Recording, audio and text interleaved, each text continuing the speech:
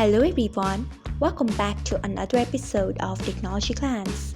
Today in this video, I'm going to guide you through how you can change who can see my online status to everyone on Imo HD. So let's get started.